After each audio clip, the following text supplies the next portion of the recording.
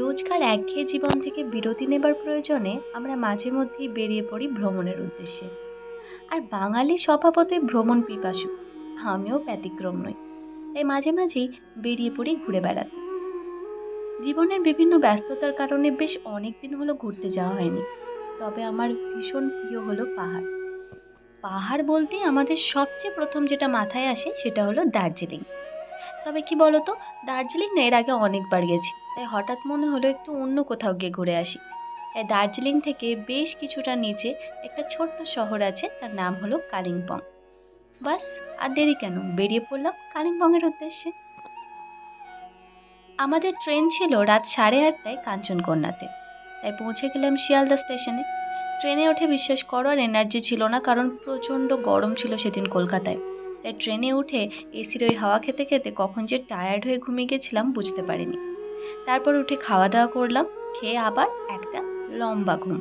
তবে ভ্রমণের এক্সাইটমেন্ট, না, ওটা মোটেও কম ছিল না।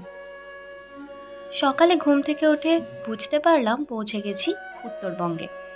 কিন্তু বিশ্বাস করো, উত্তরবঙ্গেও মোটেও একটু ঠান্ডা ছিল না।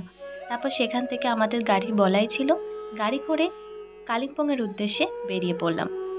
এত সুন্দর সবুজের প্রকৃতি দেখে চোখটা জাস্ট ভরে গেছিল।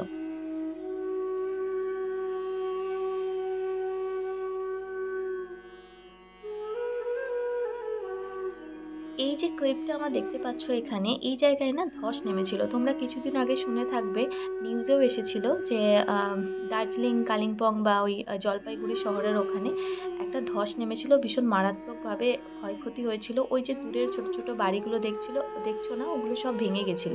তাই এই ছোট ক্লিপসটা আমি তুলে রেখেছি। এখানে এখনো মেরামতের কাজ চলছে। আম, তো আই হোপ কি যাদের এই ক্ষয়ক্ষতি হয়েছিল তারা আবার রিকভারি করতে পেরেছে। যাই হোক, আসি আবার সুন্দর সুন্দর কথায়। সেটা হলো, দার্জিলিং হলো এই উত্তরবঙ্গের রানী। কিন্তু কালিম্পং শহরটাও কিন্তু বেশ সুন্দর। মানে এটা দার্জিলিংয়ের মতো অত গোছানো নয়, একটু অগোছালো, একটু সাধারণ বলতে পারো। অত সুন্দর করে গোছানো নয়, সাজানো নয়। কিন্তু ওখানে তুমি অ্যাকচুয়ালি এর ফ্লেভারটা পাবে, মানে পাহাড়ি ফ্লেভারটা। পাহাড়ের ধাপ কেটে কেটে একটা নিয়ম মাফিক সিস্টেমে, না, একটা সিস্টেমেটিক ওয়েতে এখানে বাড়িগুলো বানানো, যেগুলো দেখলে তোমার অসম্ভব সুন্দর লাগবে। তার সাথে এই সবুজের প্রকৃতি, ভীষণ সাধারণ একটা জায়গা।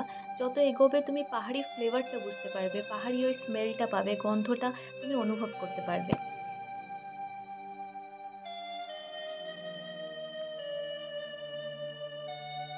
এবার শোনো, কিছু কিছু মানুষের এই পাহাড়ি রাস্তায় ওঠার সময় শারীরিকভাবে কষ্ট হয়, যেরকম আমার দিদির মেয়ের ভীষণ বমিটিং লাগছিল। আমরা অনেকে হাসাহাসি করলেও এটা খুবই প্যাথেটিক। যার হয় সে বুঝতে পারে। ও এখানে নেমে মাঝ রাস্তায়, এখান থেকে আর 10 মিনিট জাস্ট আমাদের দূর ছিল হোটেলে।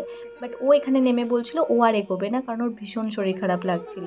সেই নিয়ে আমাদের এখানে কথোপকথন চলছিল, আমরা হাসাহাসি করছিলাম।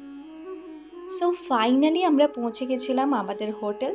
হোটেল সম্বন্ধে আমি আর কি বলবো, এটা একটা হোমস্টে, অসাধারণ সুন্দর, যার নাম ছিল ginkgo Eric.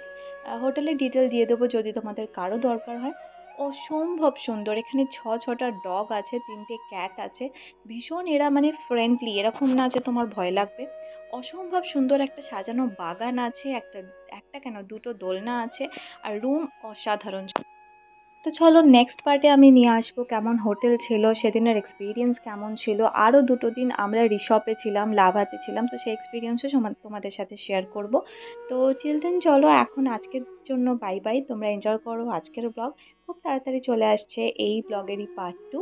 Till then take care, tata, bye bye. চলো।